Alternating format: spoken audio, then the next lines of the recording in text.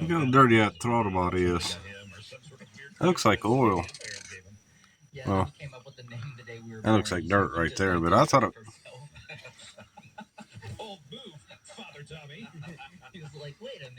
Trying to see what it smells like.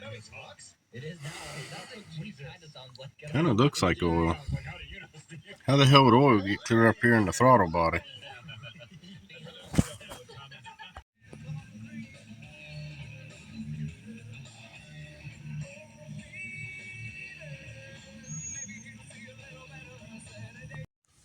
Alright. I'm going to diagnose this. Misfire on the Cobalt. And first off, I took the top assembly off. It's got a little bit of oil in it. It don't have a PCV valve. And I was reading, or sort of reading and watching different things online. And so apparently maybe a little bit of oil was coming through that, going through that piece and getting down here in the throttle body. So I ended up taking the throttle body off, and it had oil residue all over the plate, and then a little bit of stuff in there. So I ended up taking the bolts out and unhooking the connector and take it out. And I didn't have throttle body cleaner. And from what I heard, they don't really like you using carburetor spray, which I have plenty of carburetor spray. I just don't have no throttle body spray. So what I ended up doing was I kept this part away from the gas. I just had like a little container that had some gas in it. I took a little toothbrush, kind of cleaned it, scrubbed it a little bit. But I had it off. I had the bolts out and that whole thing off. And I did both sides, cleaned it up nice. And I put that back on there. So what I was aiming to do, that was just like a side thing. I just seen how dirty it was. Originally, I was going to take the fuel rail off and take the fuel injectors out and see if it's on cylinder 4. If you look up here, there's the misfire on cylinder 4. So if you look up here, somebody before, previous owner, this was actually over here. That's where the misfire was. See how that looks different from the rest of them? I don't know if you can see it. The color of it is like yellowish, transparent kind of a look. And these are solid plastic. Okay, that was on there. Somebody was trying to diagnose that misfire before. What we ended up doing before was we took this one off of 4 and we swapped it to 3. And the misfire code did not appear on cylinder 3. What's that tell you? It tells you that it's not the coil. So the misfire is still on cylinder 4. So, and of course, the coil that they thought was faulty that they replaced on 4, we put on 3. So it's not putting a misfire code on 3. So it's not the coil. But I got the fuel rail off and I got the fuel injectors out of there. And what I was planning on doing was I'm going to create a test rig, and I'm going to have to lube these holes back up and slide these. I'm going to keep these in order the way they go in this fuel rail. And I got to slip those back in that, and I'm going to put all 4 back on. I'm going to put the clips back on to keep them held onto the rail. And then I made this little thing right here. I was wanting to use alligator clips to get to them pins, but I was a little bit concerned about that because that's pretty close together. I didn't want any sparking around fuel. So anyway, so my idea was, because of how big that is, I don't have a hose big enough to put on that. I was going to try to put something in it, pressurize it, and apply current to it to open it up and see how it sprays. So this right here, which is your normal hookup for your fuel line, I was going to put that on it. On the Schrader valve right there, I have a fuel pressure gauge. So what I'm going to do is to make sure it's up to around 50 to 55 pounds, I'm going to put that fuel pressure gauge on here. I'm going to use this to pressurize it, and I'm going to have probably some gas in that.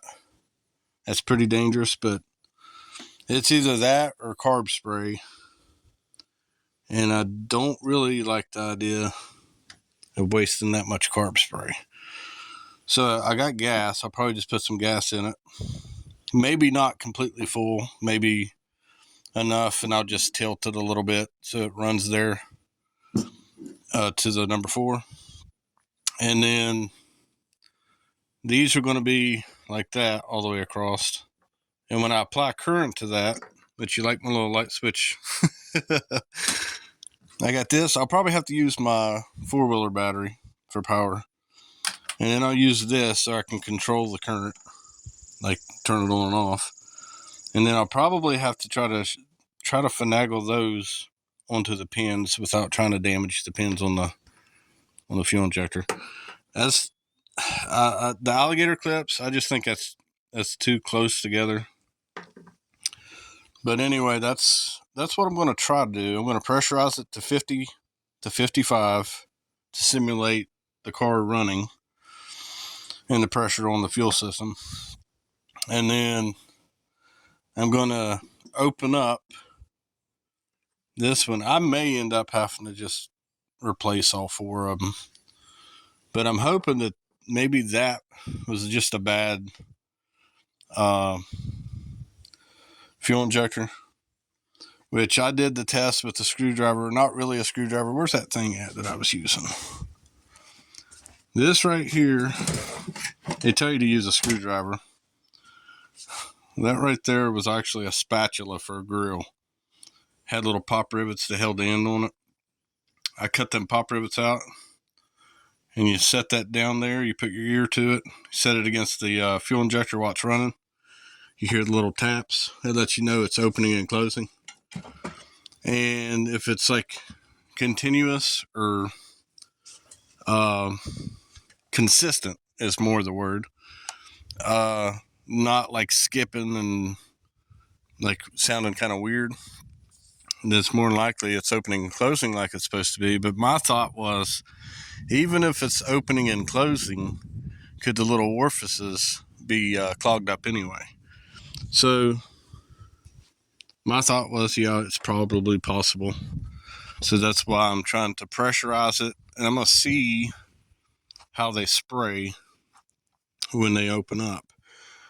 And if that one doesn't spray right, it's probably partially clogged, or it may spray right, and it might mean that there's something else, which is probably a compression in that cylinder, or maybe a valve stuck slightly open enough to lose compression, or it could be bad rings, it could be who knows what. So, but at least this would rule out the fuel injector.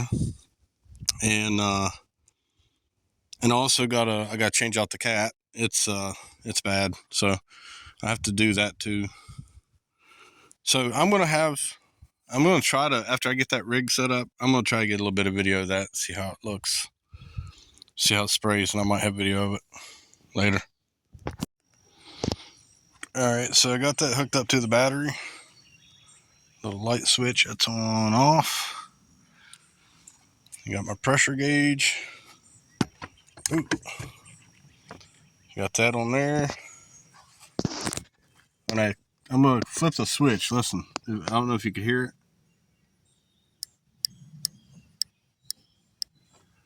So it's opening and closing it. So, alright, I'm gonna put the camera on here. How well that's gonna work. Okay, so you see the pressure gauge. I don't have a real good way of doing this, so I'm just gonna cram that up in that hole there. And now watch the gauge. It's up to 40 pounds. 50, 55. It just opened up and spit out some stuff, so I don't know if it caught it on there.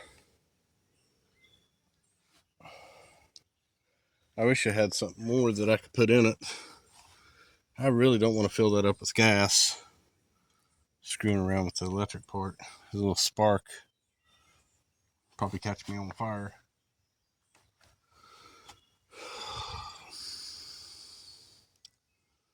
Alright, let me stop.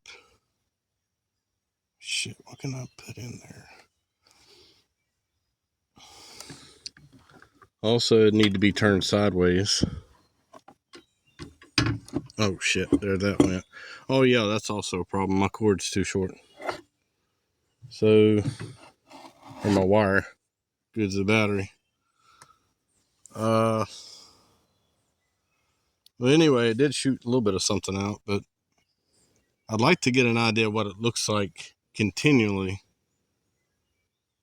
If I could. Let me redo this a little bit. I'll be right back. Alright, so this one right here, I got this filled up with actually gas, so this is going to be a little bit dangerous. But this fuel injector right there is the one I'm going to do. So I was trying to come up with a piece of hose that I could fit on that. And then on this, I was going to also try to just take this piece out and just slip that over that. It won't work. So I'm going to have to pressurize it. And then I'll keep an eye on the gauge over here, the pressure gauge. And then I'll let you know when it's around the pressure. And then I'll flip the switch on. And I'm going to try to catch video of what that does.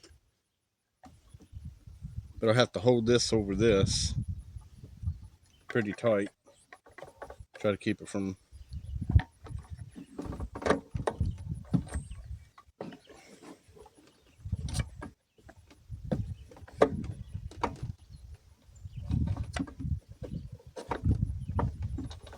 Right there is 55. It's holding steady.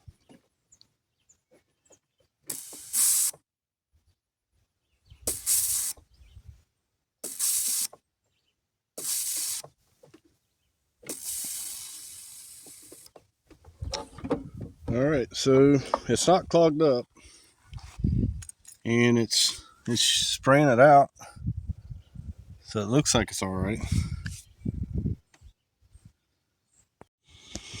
Alright, so I got all this shit back together, tight. That hooked up, this hooked up, don't have a PCV valve. Got that throttle body hooked up. Fuel line back. And so anyway, all 4 injectors, connectors are hooked up. So that right there, that 4, that's the same injector. I put them all back in the same spots they came off in. And so when I was talking about that piece of the handle off that spatula, and when I put it down at the with it running, when you put it against the fuel injector, you hear the taps through it. So that rules out pretty much like a connector issue or the signal coming from the PCM. So I know it's opening and closing just because I heard it. And if it's opening and closing and it's not clogged up, then that fuel injector should be working right. So the misfire is not likely a fuel injector issue or fuel. Probably compression or valve or something.